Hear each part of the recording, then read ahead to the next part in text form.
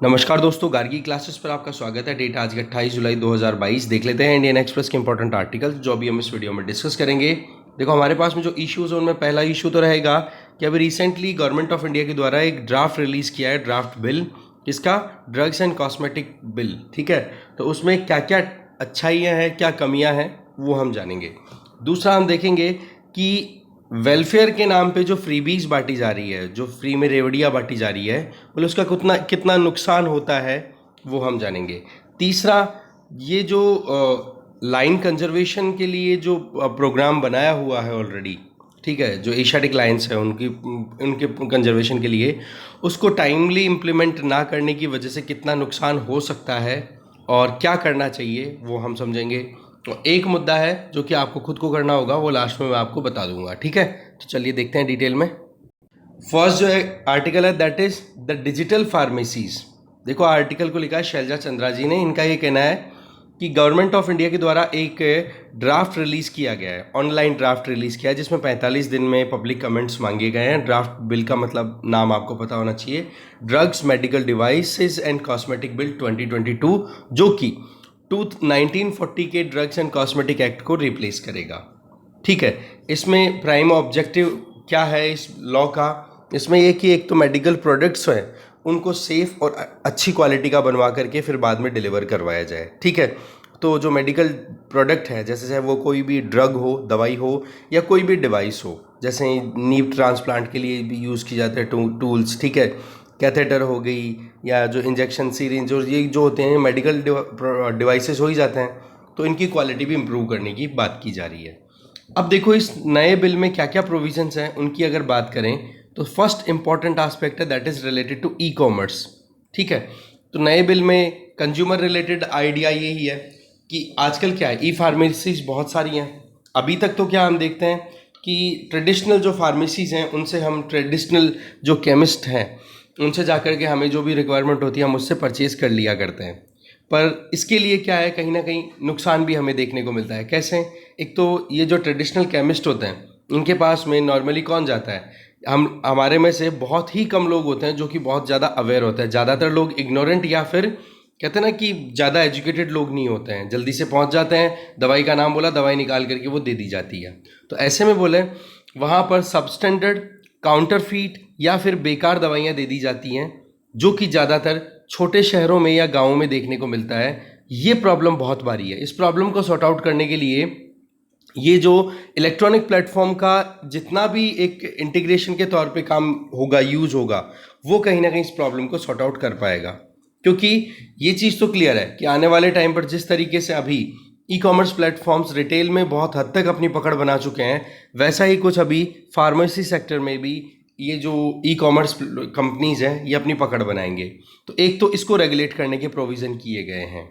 ठीक है, दूसरा ये कि ऑनलाइन शॉपिंग में तो क्या होता है, हर एक कस्टमर को डिस्काउंट भी मिल जाता है, कंफर्टेबल भी, अपने इजीली अपने हिसाब से घर बैठे बैठे परचेज कर लेते हैं वो। तो ऐसे में कोविड के टाइम पे ही फार्मेसीज की रेलेवेंस और बढ़ गई। अब देखो, बात ऐसी है कि नॉर्मल टाइम्स में तो ई कॉमर्स कंपनीज अच्छा खासा परफॉर्म कर पा रही हैं। जैसे कि आप देखो कि हमारे यहाँ पर बहुत ज़्यादा डिसएडवांटेजियस माहौल बना रहता है अगर हम क्लाइमेट के एस्पेक्ट की बात करें, या फिर हम बात करें कि किस तरीके से हम ई कॉमर्स प्लेटफॉर्म को ईजीली इंटीग्रेट कर पाएंगे। ठीक है, जैसे कि आप देखते हो कि नॉर्मली जो ड्रग्स या जो दवाइयाँ डॉक्टर की या जो हेल्थ प्रैक्टिशनर है उसकी प्रिस्क्रिप्शन के बेसिस पे मिलनी चाहिए, वो अब डॉक्टर की प्रिस्क्रिप्शन पे ही मिलेगी, क्योंकि ऑनलाइन अपलोड करवाएंगे वो, फिर उसके हिसाब से डिलीवरी की जाएगी। इससे लीगल इश्यूज भी हैंडल हो पाएंगे। तो ओवरऑल राइटर जो है वो यहाँ पर इंडिया में जो भी ड्रग मार्केट को लेकर के या फार्मास्यूटिकल मार्केट को लेकर के इश्यूज हैं, उन इश्यूज को एड्रेस करते हुए यहाँ पर हाईलाइट कर रही हैं कि ऑनलाइन सिस्टम कैसे एक फेवरेबल काम कर पाएगा। फर्स्ट तो देखो कि हमारे यहाँ पर क्लाइमेटिक कंडीशन, जैसे कुछ दवाइयाँ ऐसी होती है जिनको कि 30 डिग्री सेंटीग्रेड से तो कम टेम्परेचर चाहिए होता है, 70% से ज़्यादा, 70% से कम रिलेटिव ह्यूमिडिटी चाहिए होती है। तो ये क्लाइमेटिक कंडीशन को मेंटेन करने के लिए ये जो ई कॉमर्स प्लेटफॉर्म्स हैं इनको डेफिनेटली एक ब्रिक एंड मोर्टार से बना हुआ स्टोर तैयार करना पड़ेगा। एग्जैक्टली वैसे ही जैसे आजकल ये बड़ी बड़ी कंपनियां हैं ये भी तो मेंटेन करके रखती हैं। तो इस तरीके से आपको क्या करना पड़ेगा कि इनको भी अपने लिए एक फिजिकल स्टैब्लिशमेंट पे तो ध्यान देना पड़ेगा। अब फिजिकल स्टैब्लिशमेंट पे अगर ये ध्यान देंगे तो इस तरीके से इंडिया में गुड स्टोरेज कंडीशन डेवलप कर पाएंगे कि नहीं है, क्योंकि सीधी सी बात है इनके पास पैसे की तो कमी रहेगी नहीं ई कॉमर्स प्लेटफॉर्म्स के पास में।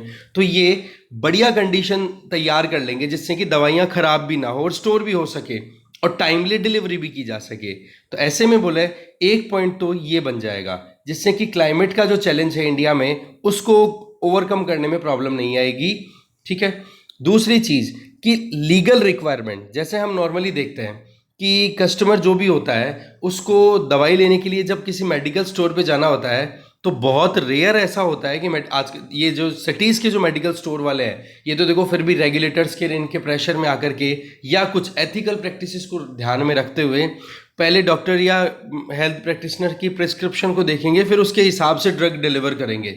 बाकी गाँव में या छोटे शहरों की बात करें वहाँ पर कंज्यूमर जो है वो कुछ भी किसी भी ड्रग की अगर बात कर दे कि हाँ भाई ये दवाई दे दो आप तो हमें, तो उस दवाई को देने में वो जो केमिस्ट है वो बिल्कुल झिझकता ही नहीं है, 2 सेकंड में निकाल के दे देता है। जबकि हमारा जो ये ड्रग्स एंड कॉस्मेटिक एक्ट है इसका शेड्यूल एच है ना, इसमें 540 के लगभग ऐसी ड्रग्स हैं जिनमें डॉक्टर के प्रिस्क्रिप्शन के बिना वो दवाई देनी ही नहीं चाहिए, पर फिर भी ओवर द काउंटर जाके मांग ली जाती है और वो डिलीवर कर दी जाती है।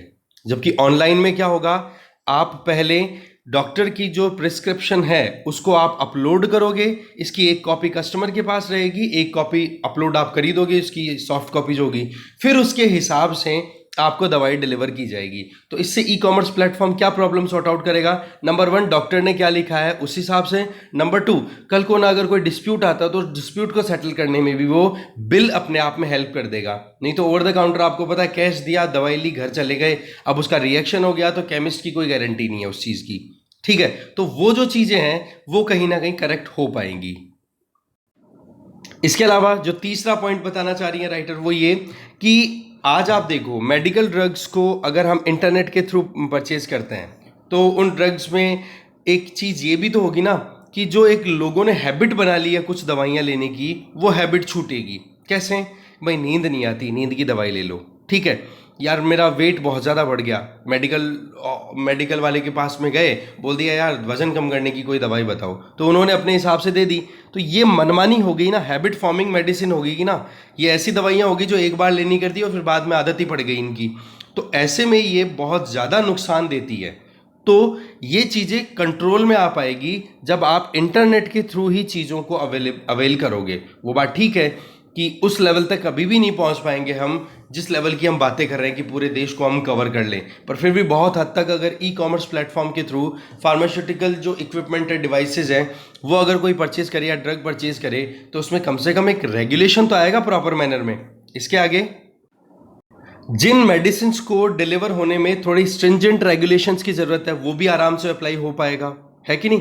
मेडिकल डिवाइसेस की बात करें तो आजकल आपको पता है बहुत सारे मेडिकल डिवाइसेस यूज़ होते हैं, जैसे कि स्टेंट हार्ट में जो लगती है, जैसे कोलेस्ट्रॉल लेवल बढ़ जाता है तो उस टाइम पे हार्ट में जो आर्टरीज है, वेन्स है, उनकी साइज़ को चौड़ा करने के लिए स्टेंट डाले जाते हैं मेटल के। जॉइंट्स इम्प्लांट्स हो गए, पेस मेकर हो गया, जब हार्ट में पल्सेस नहीं बनती है तो उनको ट्रिगर देने के लिए पेस मेकर लगाए जाते हैं। कैथेटर जो सुइयाँ लगती है सिरिंज लग करके, फिर बाद में परमानेंट वो सिरिंज लग करके और ड्रिप लगाई जाती है उसमें, जो ये आप जानते हो अलग अलग ड्रग्स को अब ग्लूकोज के थ्रू एंटर किया जाता है। सो ओवरऑल अगर देखा जाए तो पॉइंट क्या आ रहा है यहाँ पर कि मेडिकल डिवाइसेस को भी रेगुलेट करना ज़रूरी है, क्योंकि इनका यूज़ बहुत ज़्यादा होने लग गया है।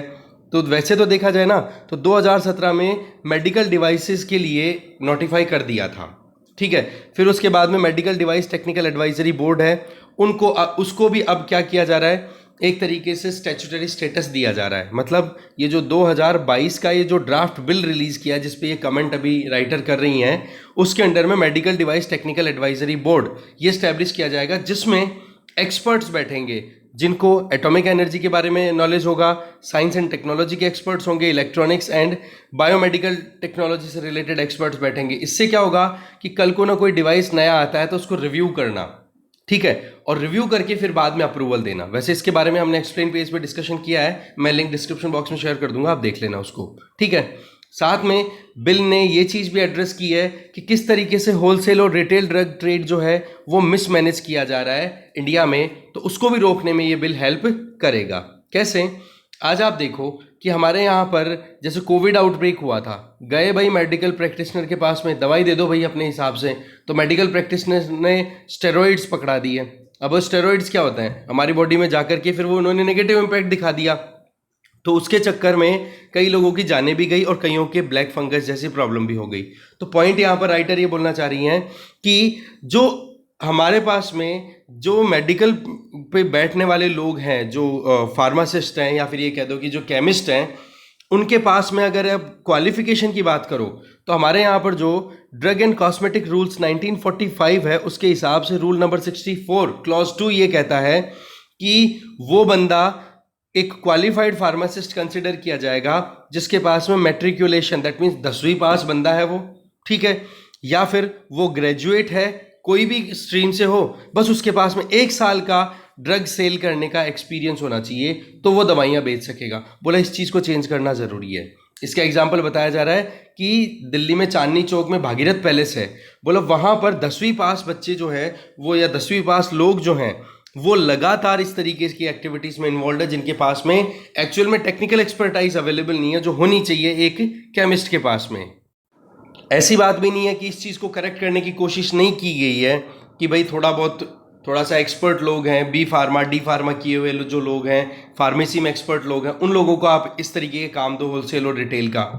इसके लिए देखो 2016 में drug rules and drug rules जो है इसका ड्राफ्ट रिलीज़ किया गया था 2016 में, ठीक है, कि भाई कैसे भी करके इस तरीके से जो केमिस्ट है उनके लिए क्वालिफिकेशन हमें मिनिमम फिक्स करनी पड़ेगी। इसके अलावा एक कंसल्टेटिव कमेटी जिसको हेड किया था ड्रग कंट्रोलर जनरल इंडिया ने, उन्होंने भी अपनी तरफ से यही कहा था कि भाई कैसे भी करके इस तरीके की प्रैक्टिसेस को रोकना चाहिए।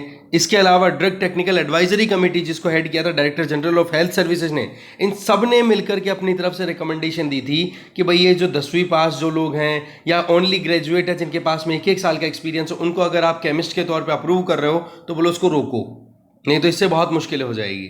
तो इस तरीके से अभी बहुत ज़्यादा ज़रूरी हो गया है कि ये जो प्रोविज़न है जिसमें लाइसेंस्ड क्वालिफाइड फार्मासिस्ट को ही अलाउ किया जाए कि जिनके पास में प्रॉपर डिग्री हो, जिन्होंने कोर्स किया है पढ़ाई लिखाई के तौर पे और जिनके पास में एक्सपीरियंस अवेलेबल है, उन्हीं को आप यहाँ पर एक तरीके से क्वालिफाइड फार्मासिस्ट के तौर पे उनको लाइसेंस अवेलेबल कराओ। जिससे क्या होगा कि फिर वो हर कुछ बिना सोचे समझे कोई भी ड्रग जो है वो सेल आउट नहीं करेंगे, ठीक है। बोले एक ये प्रोविज़न करने की ज़रूरत थी इस एक्ट में जो कि मिसिंग है। इसके अलावा एक ये कि unqualified medical practitioner in India, ये अपना खुद का उसी पॉइंट पे चल रही हैं, ठीक है। बोले इसमें हमने बहुत सर्वे किया, उसमें चीज़ें क्लियर होके आई कि वाकई में मेडिकल शॉप्स पे प्रॉक्सी लाइसेंसेस पे काम किया जा रहा है। ये तो आपने भी नोटिस किया होगा कि लाइसेंस तो एजुकेशन तो किसी और की है, लाइसेंस किसी और का है, और वो बंदा लाइसेंस जो है वो किराए पे दे देता है किसी और को कि चलो ठीक है कोई बात नहीं आप मेरे लाइसेंस से काम चलाओ, आप तो मुझे टाइम पे मुझे वो पैसे दे देना, किराया दे देना इस लाइसेंस का। इस तरीके से हमारे मेडिकल प्रैक्टिसेस होती हैं। तो बोले इन चीज़ों को ठीक करना बहुत ज़्यादा ज़रूरी हो जाता है। दूसरी तरफ देखो डिजिटाइजेशन है, बहुत इंपॉर्टेंट है।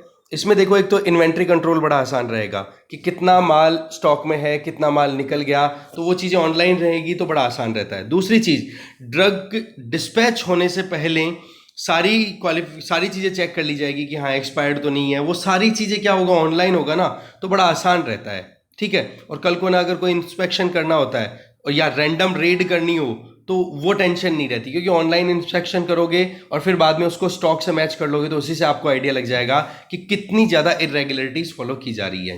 तो ऐसे में राइटर एक ही चीज़ बोल रहे हैं कि यहाँ पर हम ई कॉमर्स या रिटेल के बीच में कंपैरिजन नहीं कर रहे हैं, हम ये देख रहे हैं कि क्या चीज़ होनी चाहिए क्या नहीं होनी चाहिए। तो ड्राफ्ट रूल में प्रोविज़न है, उनको अप्रिशिएट किया जा रहा है। साथ में लास्ट में एक ये अनक्वालिफाइड मेडिकल प्रैक्टिशनर वाला जो इशू है, इसको सजेशन के तौर पे बताया जा रहा है कि इसको भी आप हैंडल करो, ठीक है। आगे चलते हैं। नेक्स्ट आर्टिकल है वेलफेयर नॉट फ्रीबीज। आर्टिकल को लिखा है NK सिंह जी ने। देखो ये 15 फाइनेंस कमीशन के चेयरमैन भी रह चुके हैं, ठीक है।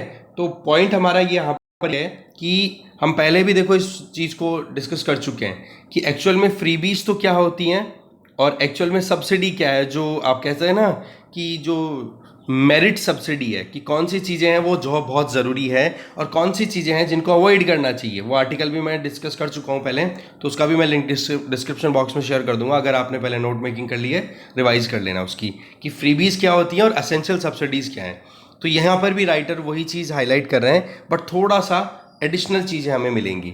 देखो, अभी रिसेंट बहुत सारी रिपोर्ट्स आई हैं, जिनमें आरबीआई की भी एक रिपोर्ट आई है जिसमें ये कहा कि जो स्टेट गवर्नमेंट्स हैं उनका फाइनेंशियल बैलेंस शीट अगर देखी जाए ना, तो वो बहुत ही ज़्यादा बिगड़ी हुई है। उसके पीछे कारण क्या है कि सस्ते मतलब फ्री में रेवड़ियाँ बांटी जा रही है। फॉर एग्जाम्पल, इलेक्ट्रिसिटी ऐसे ही फ्री में दी जा रही है, ठीक है, 300 यूनिट इतनी कर दी। इसके अलावा दूसरी तरफ देखे जाए तो लैपटॉप बेच दिए जा रहे हैं, स्कूटी दी जा रही है। बोलो, चीज़ें वो देनी चाहिए फ्री में जिनकी बहुत ज़्यादा ज़रूरी है। फॉर एग्जाम्पल, हमने बात की थी हेल्थ एंड एजुकेशन, बोले यहाँ पर सब्सिडी देना एक अपने आप में इंपॉर्टेंट पॉइंट बन जाता है। पर अगर दूसरी तरफ हम देखें, एक सेकेंड, तो यहाँ पर जो असेंशियल चीज़ें हैं वो तो देखो फिर भी सब्सिडाइज रेट पे आप दे दो, ठीक है, पर जो चीज़ें ज़रूरत नहीं है, जहाँ पर एक तरीके से बहुत ज़्यादा क्राइसिस बढ़ने के चांसेस होते हैं, उनको आप अवॉइड करो। यहाँ पर अल्बर्ट आइंस्टाइन का एक कोट भी यहाँ पर शेयर किया जा रहा है राइटर के द्वारा, sometimes one pays most for the things one gets for nothing. कि कुछ चीज़ें तो कई बार ऐसा होता है कि बहुत सारी चीज़ों के लिए एक बंदे को तो बहुत सारा पैसा खर्च करना पड़ रहा है और कुछ लोगों को 1 रुपया भी खर्च नहीं करना पड़ता। तो बोले ये एक तरीके से बहुत ज़्यादा क्राइसिस क्रिएट करने वाली सिचुएशन हो जाती है। भाई सीधी सी बात है कि कुछ लोगों को, जैसे हम इलेक्ट्रिसिटी का एग्जांपल है जो कि इसमें बताया हुआ है इस आर्टिकल में ही, कि एक तरफ जहां पर सब्सिडाइज रेट पे आप 300 यूनिट फ्री की दे रहे हो, पंजाब गवर्नमेंट के ऊपर तन जाइए, ठीक है, कि 300 यूनिट फ्री की दे रहे हो, और दूसरी तरफ फिर उसी 300 यूनिट का जो खर्चा है वो आप निकालोगे इंडस्ट्रीज पे, कॉमर्शियल एक्टिविटीज पे एक्स्ट्रा चार्जेस लगा करके। तो एक को तो आपने फ्री में कर दिया और दूसरे को आप मारने में लगे हुए हो। तो इस तरीके से बोला आप आगे बढ़ सकते हो प्रॉपर मैनर में? बोला नहीं। दूसरी तरफ इंडिया ने देखो खुद के भी कमिटमेंट ले रखे हैं, इंटरनेशनल कमिटमेंट्स भी हैं हमारे। उन कमिटमेंट्स में ये जो रेकलेस पॉपुलिज्म है ना, जहां पर लोगों को लोक लुभावन बात के चलते वोट बैंक को सेव करने के चलते बोला ऐसे लापरवाहियां की जा रही हैं राज्य सरकारों के द्वारा, जो कि बहुत मुश्किलें पैदा कर रही है। तो इसी चीज़ को लेकर के प्राइम मिनिस्टर नरेंद्र मोदी जी का भी स्पीच आता है, और उसी चीज़ को लेकर के ऑनरेबल सुप्रीम कोर्ट ने भी ये कहा कि सेंट्रल गवर्नमेंट स्टेट्स के साथ कंसल्ट करे कि ये फ्रीबीज क्यों बांटी जा रही है या फिर कैसे इनको रैशनल किया जा सकता है। देखो, एक चीज़ तो ये आपको ध्यान हमेशा रहनी चाहिए कि आज के टाइम पे कोई चीज़ फ्री बांटी जा रही है ना, तो ये मान के चलो आने वाली जनरेशन पे वो बर्डन है, ठीक है, क्योंकि उधार वो कर्जा लेकर के अगर घी खाओगे तो मरोगे, सीधी सी बात है। अब देखो हमारे लिए क्या क्या इंपॉर्टेंट चीजें हैं, कहाँ कहाँ चैलेंज आ रहे हैं इन फ्रीबीज की वजह से। सबसे पहला चैलेंज, हम चाहते हैं कि हम सस्टेनेबल डेवलपमेंट गोल्स को अचीव करें, जिसके लिए हमने Paris climate change agreement COP21 और ग्लासगो एग्रीमेंट जो अभी ग्लासगो समिट जो रिसेंट हुई COP26, दोनों में इंडिया ने अपनी तरफ से बात कही कि हम रिन्यूएबल एनर्जी की तरफ काम करेंगे। इवन हमने इंटरनेशनल सोलर अलायंस का हेडक्वार्टर भी इंडिया में खुलवाया है। अब आप एक चीज बताओ, इस टारगेट को जिसमें आप सस्टेनेबल डेवलपमेंट गोल की बात कर रहे हो, जिसमें कि ग्रीन हाउस गैसेस का एमिशन मिनिमम हो, तो इसमें आप किस पे रिलाई करोगे? रिन्यूएबल एनर्जी पे। अब रिन्यूएबल एनर्जी कौन इसमें ज़्यादा इन्वेस्ट करेगा? जो स्टेट डिस्ट्रीब्यूशन कंपनी है, इलेक्ट्रिसिटी डिस्ट्रीब्यूशन कंपनीज है। अगर उन कंपनियों को आप घाटे से ही बाहर नहीं निकालोगे तो वो क्या रिन्यूएबल एनर्जी में इन्वेस्ट कर लेंगी? और हम कितनी बार पढ़ चुके हैं कि डिस्कॉम्स हर एक स्टेट की बहुत ज़्यादा क्राइसिस में चल रही है, ज़्यादातर उन स्टेट्स में जहां पर स्टेट गवर्नमेंट फ्री में बिजली दिला देती है। अब देखो जी, जनरेशन कंपनी ने तो बेच दिया डिस्कॉम को कि भाई आप बेचो बिजली, और जनरेशन कंपनी तो डिस्कॉम से पैसा मांगेगी कि भाई पैसा दो, बिजली बेची है हमने आपको। अब डिस्कॉम्स का काम क्या है? पब्लिक में डिस्ट्रीब्यूशन करते हैं। अब उसमें फार्मर्स भी आ गए, कॉमर्शियल यूजर्स भी आ गए, डोमेस्टिक कंज्यूमर्स भी आ गए, सब आ गए। अब सवाल यह आता है कि जब आपने बिजली यहां पर फ्री में कर दी है तो इन डिस्कॉम्स का बिल पेमेंट कौन करेगा? जिम्मेदारी जरूर किसकी आई? गवर्नमेंट की, स्टेट गवर्नमेंट की। अब ये बताओ जी, स्टेट गवर्नमेंट क्या पॉकेट से पैसा निकालेगी क्या? जेब से तो कोई देता नहीं है, टैक्स इंपोज करेगी।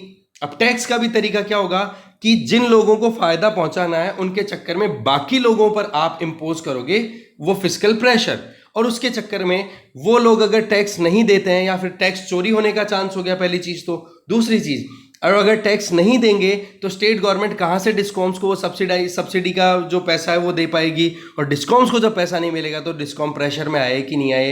अब बताओ कि जो कन्वेंशनल मैनर में इलेक्ट्रिसिटी सप्लाई करने में इतनी प्रॉब्लम आ रही है तो नई चीज़ें कहाँ से इन्वेस्ट कर पाएंगे वो। तो इस चीज़ को ठीक करना ज़रूरी है। इसके अलावा अगर आप इस तरीके से एक्टिविटी करते हो कि एक तरफ कंज्यूमर को फायदा दे रहे हो, दूसरी तरफ इंडस्ट्री और कमर्शियल एक्टिविटीज पे एक्स्ट्रा चार्जेस लगाओगे, तो क्या एक स्टेट कॉम्पिटिटिव रह पाएगा? क्या वहां पर इन्वेंट आ पाएगा? क्या नई टेक्नोलॉजी आ पाएगी? क्या लोग वहां पर इन्वेस्ट करेंगे? क्या वहां पर जॉब क्रिएट हो पाएगी? तो बोले इनकम और एम्प्लॉयमेंट पर इसका असर पूरा देखने को मिलेगा। तो ऐसे में सोच समझ करके डिसीजन लेना जरूरी है। आज हाल देखा जाए तो एक तरफ तो सोलर पावर की डिमांड ज़्यादा हो रही है कि कैसे भी करके हम रिन्यूएबल एनर्जी में इन्वेस्ट करें, पर फाइनेंशियल कंडीशन की देखी जाए हाल किसके, हाल डिस्कॉम्स के, तो वो ये बताते हैं कि आज भी टैरिफ स्ट्रक्चर को वो चेंज नहीं कर पाते हैं अपनी इच्छा से। तो ऐसे में आप जो कुछ भी करना चाहते हो वो सोच समझ करके करो। जहाँ पर हम नॉन फॉसिल फ्यूल की तरफ स्विच करना चाहते हैं वहाँ पर ये प्रॉब्लम क्रिएट करती हैं, मेनली ये जो चीप या फ्रीबीज जो दी जा रही हैं वो। इसके अलावा सेकंड पॉइंट है कि करंट गवर्नमेंट के द्वारा, सेंट्रल गवर्नमेंट के द्वारा ये कोशिश की जा रही है कि जहाँ जहाँ पर भी जो असेंशियल सर्विसेज है उनमें इनइक्विटी आ रही है, एक्सेस की बात कर रहे हैं हम यहाँ पर, कि जिन लोगों को बेसिक फैसिलिटी मिलनी है, for example banking, electricity, housing, insurance, water, clean cooking fuel, ठीक है, बोले इनकी एक्सेसिबिलिटी इंश्योर करने के लिए सरकार सोच समझ करके पैसा खर्च करे तो ठीक रहता है, बजाय इसके कि कुछ लोगों को आप सस्ते में एक दो चीज़ें आप बहुत ही ज़्यादा सस्ते में या फ्री में दे देते हो, तो उससे क्या हो गया, आपके ऊपर फिस्कल प्रेशर तो आएगा, और फिस्कल प्रेशर आएगा तो क्या ये इन फैसिलिटीज़ की एक्सेसिबिलिटी आप इंश्योर कर पाओगे? तो बोला इससे बहुत ही ज़्यादा प्रॉब्लम आती है। जहाँ एक तरफ हम पॉपुलेशन को प्रोडक्टिविटी की तरफ ले जाना चाहते हैं, वहीं पर आप फ्री में दे करके लोगों को प्रोडक्टिविटी को रोक देते हो, तो ये चीज़ भी करेक्ट होनी चाहिए। तीसरा पॉइंट यहाँ पर ये बता रहे हैं फ्रीबीज की नुकसान का, कि देखो गवर्नमेंट आज के टाइम पे प्रधानमंत्री आवास योजना चला रही है, स्वच्छ भारत मिशन चला रही है, जल जीवन मिशन जैसे प्रोग्राम चल रहे हैं, जिसमें ये फ्रीबीज बहुत बड़ा बैरियर बनते हैं। कैसे कि भाई पैसों का जो अलोकेशन है वो फ्री में किसी और चीज़ के लिए मिल रहा है, बजाय कि वो पैसा इधर खर्च करके नीडी लोगों को दिया जा सकता था। देखो फ्रीबीज का क्या सिस्टम है कि गवर्नमेंट ने आज कोई सब्सिडी डिक्लेयर कर दी, एक बार इमेजिन करो, आज सब्सिडी डिक्लेयर कर दी। सब्सिडी का मतलब कि हाँ भाई ये चीज़ एकदम फ्री में मिलेगी या बिल्कुल इतने सस्ते में मिल जाएगी। अब वो चीज़ें सबको मिलेगी। अब ऐसा तो है नहीं कि आपने केवल गरीबों के लिए किया है कि 300 यूनिट बिजली की आपने सस्ती किया, लैपटॉप दिया है, तो उस केस में आप शुरू तो कर दोगे, फिर जब आपको लगेगा कि यार थोड़ा सा फाइनेंशियल कंस्ट्रेंट आ गई तो आप 2 मिनट में उन फ्रीबीज को बंद भी कर दोगे। तो ऐसे में तो खिलवाड़ हो गया फिर तो वोटर्स के साथ में, सिटीजन्स के साथ में, कि आपके मन में आए तब तो आपने हाँ कर दी, मन में आए तब विड्रॉ कर लिया। इसका नुकसान किसको होता है फिर? पुअर्स को। अगर आप उनकी कैपेबिलिटी को इम्प्रूव करते, वो एम्प्लॉयबल भी बनते, फिर आप फ्रीबीज दो या मत दो, वो अपने हिसाब असेंशियल में दो, ऐसी मना नहीं कर रहे हैं राइटर या पहले भी कुछ एक्सपर्ट्स ने ऐसा नहीं कहा है कि आप सब्सिडीज को बिल्कुल बंद करो, नहीं, जिनको ज़रूरत है उनकी आप सीधी हेल्प करो। जैसे आप देखते हो कि डायरेक्ट बेनिफिट ट्रांसफ़र की हमने बात की, उसमें क्या होता है कि सब्सिडी सीधा अकाउंट होल्डर के अकाउंट, मतलब जो भी बेनिफिशियरी उसके अकाउंट में सीधा ट्रांसफर होती है। तो इस चीज़ को भी तो यूज़ किया जा सकता है ना।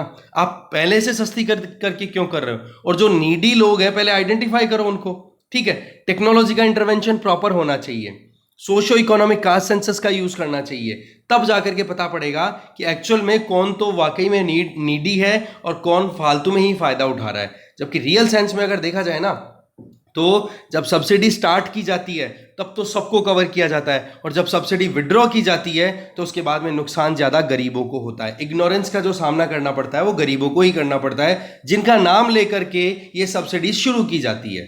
तो बोले यहाँ पर अगर ये डिफरेंट स्कीम्स चल रही है, उन स्कीम्स में अगर अच्छे से एलोकेट करके डेवलपमेंट किया जाए तो कहाँ प्रॉब्लम आती है। यहाँ पर एग्जाम्पल दिया जा रहा है प्रधानमंत्री आवास योजना का, जिसके तहत क्या किया जा रहा है कि लोगों को मकान बनवाने में हेल्प की जा रही है गवर्नमेंट के द्वारा।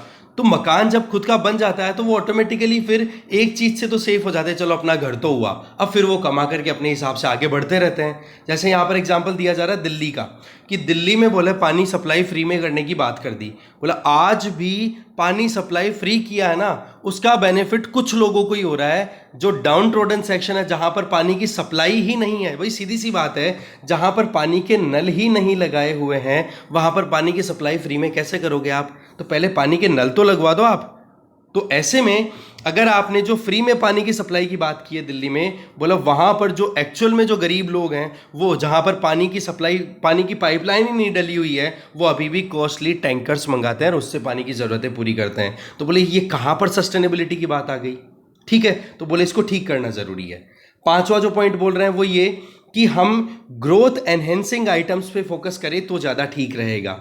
नहीं तो क्या होता है कि आज के टाइम पर आप जो लेते हो पैसा, और सीधी सी बात बताया मैंने आपको पहले कि पॉकेट से पैसा खर्च नहीं करती है सरकार, टैक्स लगाती है, टैक्स नहीं लगाती है तो उधार लेती है। उधार लेकर के अगर आप सस्ते में लोगों को फायदा दे रहे हो आज के टाइम पर, तो सीधी सी बात है आने वाली जनरेशंस को फिर उस कर्जे को चुकाना पड़ेगा। तो डेट ट्रैप में फंसा दिया कि नहीं? इसके बजाय अगर साइंस, इकोनॉमिक्स, इन चीज़ों में अगर आप थोड़ा सा दिमाग लगाओ, साइंस टेक्नोलॉजी में, इन्वेस्टमेंट में, तब जाकर के फायदा होगा। दूसरा, इस तरीके की एक्टिविटीज को देखते हैं इन्वेस्टर्स। भाई हर एक स्टेट में मैक्रो स्टेबिलिटी को देखा जाता है कि वहां पर सरकार क्या पॉलिसी कर रही है, कितना फिस्कल डेफिसिट है उस स्टेट का, क्या कर रही है वो सरकार, वहां का स्टेट बिल्कुल बर्बाद है या फिर क्या पॉलिसीज पे काम कर रही है, तो वहां पर इन्वेस्टर भी इन्वेस्ट नहीं करेंगे। यहां पर जरूरत है कि FRBM एक्ट ऑलरेडी आपके पास अवेलेबल है, जो कि 2003 में आया था। इस FRBM एक्ट को अमेंड भी किया जा चुका है, तो इसमें दिए हुए जो टारगेट्स हैं उनको अचीव करो, जो कि सेंट्रल गवर्नमेंट बार बार कह के अचीव करवाना चाहती है। छठा पॉइंट यहां पर ये दे रहे राइटर कि देखो, हम आने वाले फ्यूचर जनरेशन जो हैं उनकी कैपेबिलिटीज पे एक कैप लगा रहे हैं इन फ्रीबीज के चलते, क्योंकि आप ना तो क्वालिटी इंप्रूव कर पाओगे, ना कॉम्पिटिटिवनेस आ पाएगी अगर किसी भी स्टेट में इसी तरीके से फ्री में ये दी जाने लग गई तो फिर वो चीज़ हो जाएगी ना। आज आपने कर्जा लिया, फिर उन कर्जे को लेकर के आपने फ्री में चीज़ें बांट दी, वो फ्री में चीज़ें बांटी तो उसका नुकसान ये रहा कि ना तो आपके यहाँ पर कंपनी जाएगी, ना टेक्नोलॉजी आएगी, ना इंफ्रास्ट्रक्चर डेवलप होगा, तो फिर बाद में नुकसान किसको उठाना पड़ेगा? आने वाली जनरेशन को। मतलब लोड अच्छे से तैयार करने की तैयारियां पूरी हैं। सो ओवरऑल एरिस्टोटल का कोट यहाँ पर एड्रेस करते हुए राइटर जो है वो ये कह रहे हैं, एरिस्टोटल का कोट क्या है कि the worst form of inequality is to try to make unequal things equal. भाई सीधी सी बात है कि आप सब्सिडी जो दे रहे हो उसमें ये तो देखो कि कौन डिजर्व करता है कौन नहीं, और सब्सिडी के बजाय अगर दूसरा कोई ऑप्शन अच्छा है तो आप उसमें ज़्यादा दिमाग लगाओ। तो बोला फ्रीवीज का कल्चर है ना, ये आपको प्रॉस्पेरिटी की तरफ नहीं लेके जा रहा है, ये बेसिकली फिस्कल डिजास्टर की तरफ लेकर के जा रहा है। तो ऐसे में ये थोड़ा सा, ये जो लास्ट के जो है ना ये कोट, इनको अच्छे से पढ़ लेना, इनके ऊपर दिमाग लगा करके रेडी रहना, ऐसे में क्वेश्चन आ सकता है इस पे। ठीक है, आगे चलते हैं। नेक्स्ट आर्टिकल है बिग कैट टोल। देखो, अगस्त 2020 में सेंट्रल गवर्नमेंट ने अपनी तरफ से लाइन कंजर्वेशन प्रोग्राम है वो लॉन्च कर दिया था, एग्जैक्टली उसी लाइन पे जिस तरीके से प्रोजेक्ट टाइगर लॉन्च किया था। टाइगर की पॉपुलेशन लगातार डिक्लाइन कर रही थी, तो उसको कंजर्व करने के हिसाब से बोला एशियाटिक लाइन्स को भी हम कंजर्व कर लेंगे। इस प्लान में 6 साइट्स आइडेंटिफाई की गई थी, 2 तो मध्य प्रदेश में, 3 राजस्थान में और 1 गुजरात में। जहां क्या होगा कि जो गुजरात का गिर नेशनल पार्क है, जहां पर एशियाटिक लाइन कन्फाइंड है, उनको वहां से ले जा करके इन जगहों पर रिलोकेट किया जाएगा। इससे क्या होगा कि कल को ना अगर कोई बीमारी, महामारी, कोई या फिर कोई नेचुरल डिजास्टर आए तो एक साथ सारे लाइन्स की पॉपुलेशन खत्म ना हो। तो ये एक तरीके का इंश्योरेंस हो गया। अब इस चीज़ के लिए सारा काम एकदम रेडी है, बट एक्चुअल में देखा जाए तो ग्राउंड लेवल पे कुछ भी नहीं हुआ अभी तक। ठीक है, अब यहाँ पर आप देखो, एक तो प्रोटेक्टेड एरिया मध्य प्रदेश में कूनो वाइल्ड लाइफ सेंचुरी है वो आइडेंटिफाई किया गया था। इसमें देखा था कि 1995 से इस पे चर्चा चल रही है। ठीक है, पर रिलोकेशन इनका नहीं किया जा रहा है। इसके अलावा देखा जाए तो ये जो प्रोजेक्ट है ये लॉन्च होना है कब? 10 अगस्त को, अभी जो आ रही है वो 10 अगस्त। तो यहाँ पर प्रॉब्लम कहाँ आ रही है? एक तो असिस्टेड नेचुरल डिस्पर्सल और एक पोटेंशियल, 2 चीज़ें इन 2 वर्ड्स पर ज़्यादा अटका हुआ है। वो ये कि 2047 तक इस प्रोजेक्ट को कंप्लीट किया जाएगा, इसका मतलब बहुत ज़्यादा डिले होता चला जाएगा। और दूसरी चीज़, इसके लिए गुजरात गवर्नमेंट रेडी भी नहीं है, ये प्रॉब्लम आ रही है यहाँ पर यहाँ पर देखो गुजरात गवर्नमेंट ये कहती है कि भाई एशियाटिक लाइंस जो है वो हमारे लिए प्राइड का, हमारे लिए ऑनर है, हम कैसे इसको डिक्लाइन होने दें या फिर किसी और दूसरे स्टेट के साथ हम कैसे शेयर करें। पर यहाँ पर एक छोटी सी बात यहाँ पर बताई जा रही है कि जो अफ्रीकन लायंस हैं, ठीक है, उनकी एक एग्जाम्पल दी जा रही है कि 1990 का जो दशक था, 1990s में, तो तंजानिया में एक नेशनल पार्क है जिसका नाम है सेरेंगेती। वहाँ पर बोले एक बीमारी आई थी कैनाइन डिस्टेम्पर, ये वायरल डिजीज होती है, इसकी वजह से लगभग 1000 अफ्रीकन लायंस की डेथ हुई थी। अब ऐसी बीमारी, ऐसी बात नहीं है कि एशियाटिक लायंस में नहीं लगी, पिछले कुछ सालों में डिटेक्शन आया है कि भाई एशियाटिक लायंस में भी ये जो कैनाइन डिस्टेम्पर जो बीमारी है ये बढ़ रही है। इसकी वजह से अगर गिर फॉरेस्ट में रहने वाले सारे लायंस की डेथ हो जाती है तो फिर आप इस स्पीसी को कहाँ से लेकर के आओगे? एशियाटिक लायन को तो नहीं ला पाओगे, फिर अफ्रीकन लायंस को लाओगे।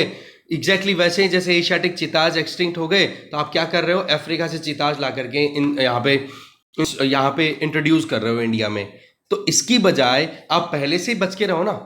एशियाटिक लाइन्स की बात करें तो कोई ज़माना था जब नॉर्थ, सेंट्रल और ईस्टर्न इंडिया में रोम किया करते थे, घूमते थे, पर वही चीज़ है कि इलीगल पोचिंग, हंटिंग, ठीक है, हैबिटाट लॉस, इसके चलते लगातार ये पॉपुलेशन डिक्लाइन कर गई और रह गए एशियाटिक लाइन्स केवल गिर फॉरेस्ट वाले एरिया में। गिर फॉरेस्ट कहाँ पर है? अगर गुजरात का आप मैप देखो ना, तो ये जो नीचे वाली लोब है ना, नीचे वाला जो पेनिनसुला है, काठियावाड़ पेनिनसुला, इसी में यहाँ पर लोकेटेड है, इस वाले एरिया में, ठीक है। सौराष्ट्र बोलते हैं इसको बेसिकली, ठीक है, सौराष्ट्र वाले एरिया में लोकेटेड है। तो ऐसे में गिर में पॉपुलेशन रह गई केवल लाइन्स की। फिर इनकी पॉपुलेशन को रिवाइव करने के लिए इन पे प्रोटेक्शन के ऊपर, कंजर्वेशन के ऊपर फोकस किया जाता है। रिजल्ट ये है कि आज गिर जो फॉरेस्ट एरिया है वहां पर जितनी कैपेसिटी है लायंस को बियर करने की, उससे भी ज़्यादा नंबर्स ऑफ लायन वहां पर हो चुके हैं। तो जब वहां पर ऑलरेडी कंपटीशन है लायंस के बीच में, पॉपुलेशन बढ़ रही है, तो आपको वहां पर एक रीलोकेशन का आइडिया इंप्लीमेंट करना चाहिए। और दूसरा, कोई बीमारी आ जाए, जैसे मैंने बताया कोई नेचुरल डिजास्टर आ जाए या फिर ये कैनाइन डिस्टेम्पर जैसी वायरल इन्फेक्शन जैसी प्रॉब्लम अगर आउटब्रेक हो जाती है, तो ऐसे में उनके प्रोटेक्शन के लिए ज़रूरी है कि आप दूसरी जगह पे इनको थोड़ा थोड़ा करके रिलोकेट करते रहो। दूसरा, ये एक अपने आप में एंडेंजर्ड स्पीसी है, अगर आप इसको प्रोटेक्ट नहीं करोगे तो फिर ये भी एक्सटिंक्ट हो जाएगा। तो यहाँ पर इस चीज़ पर एक तो हाईलाइट किया जा रहा है पॉइंट, कल हमने इस बारे में रिपोर्ट भी देखी थी, ठीक है। इसके अलावा एक और ट्विस्ट आता है, वो भी अनसाइंटिफिक, वो ये कि जो कुनो वाइल्ड लाइफ सेंचुरी है, कहाँ पर है कुनो? मध्य प्रदेश में। वहां पर एशियाटिक लाइन्स को रिलोकेट करने की बात चल रही है। इतने में एक और प्लान आता है कि वहां पर अब नामीबिया, अफ्रीकन कंट्री है, वहां से अफ्रीकन चीतास को ला करके और कुनो वाइल्ड लाइफ सेंचुरी में इंट्रोड्यूस किया जाएगा। तो बोले यहां पर देखने वाली बात यह है कि कुनो में चीता को इंट्रोड्यूस करोगे या लायंस को इंट्रोड्यूस करोगे, क्योंकि दोनों के दोनों टॉप लेवल के कार्निवोरस हैं, ठीक है, टॉप प्रीडेटर्स हैं, जो कि बिल्कुल टॉप पे चले जाते हैं फूड चेन में या फूड वेब में। तो ऐसे में पॉइंट यहां पर आता है कि एशियाटिक लायंस को इंट्रोड्यूस करना कुनो वाइल्ड लाइफ सेंचुरी में वो ज्यादा ठीक है बजाय कि अफ्रीकन चीता, क्योंकि चीता को चाहिए होती है एकदम क्लीन एरिया जिससे कि वो अपनी मैक्सिमम स्पीड पे रन कर सके, राइट। अब वहां पर अगर आप चीतास को इंट्रोड्यूस करोगे तो वहां पर प्रॉब्लम यह आएगी कि जल्दी से जल्दी वो सैचुरेट हो जाएगा वो कुनो वाइल्ड लाइफ सेंचुरी। तो ये सूटेबल ज़्यादा किसके लिए है? साइंटिफिक मैनर में जब स्टडी की हुई है, उसके एविडेंसेस के बेसिस पे देखें तो एशियाटिक लायंस को यहाँ पर इंट्रोड्यूस करना चाहिए, ना कि इसको क्या बोलते हैं, चीता को। तो बोले गिर से लायंस को लाया जाए और ये कुनो पे तो इंट्रोड्यूस करो, और बाकी जो एरिया आपने आइडेंटिफाई कर रखे हैं, जिनमें एमपी में 2 हो गए, राजस्थान में 3 हो गए, और गिर फॉरेस्ट एरिया के पास में लोकेटेड एक बद्रा करके वाइल्ड लाइफ सेंचुरी गुजरात में, बोलो वहां पर आप रिलोकेट करो। इससे क्या होगा कि एक तो प्रेशर कम होगा पॉपुलेशन का, ठीक है, और दूसरी चीज इनको आप कंजर्व भी कर पाओगे, ठीक है। तो ये सारी चीजें बताई जा रही हैं। तो इस पर बोलो जल्दी से कंजर्वेशन अथॉरिटीज को सोचने की जरूरत है और जल्दी से जल्दी एक्शन लेने की जरूरत है, नहीं तो कल को ना बीमारी आ जाए, कोई प्रॉब्लम हो जाए तो फिर बाद में कैसे बचेंगे? फिर वही चीज़ है जहाँ से आज के 30 साल पहले जहाँ से जर्नी शुरू की, वहीं से रीस्टार्ट करना पड़ेगा अपने को। तो ये चीज़ बताई जा रही है। और लास्ट में एक आर्टिकल है, ये आप खुद से देख लेना, या फिर नेक्स्ट कभी मौका मिला तो मैं बता दूंगा इसको, ठीक है। वॉर बाय अदर मीन्स, ठीक है। डिस्कशन यहीं पे खत्म है। Thank you very much.